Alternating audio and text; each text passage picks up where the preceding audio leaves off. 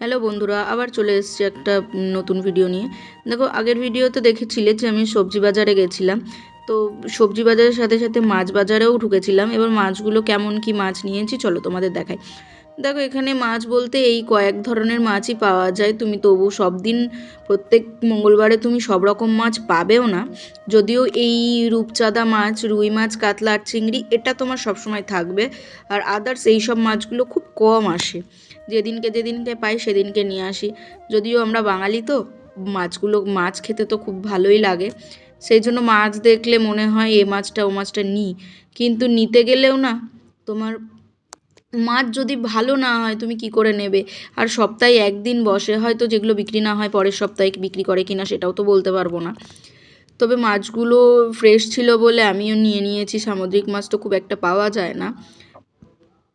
চলো, যা নিয়েছি নিয়েই বাড়ি যাই।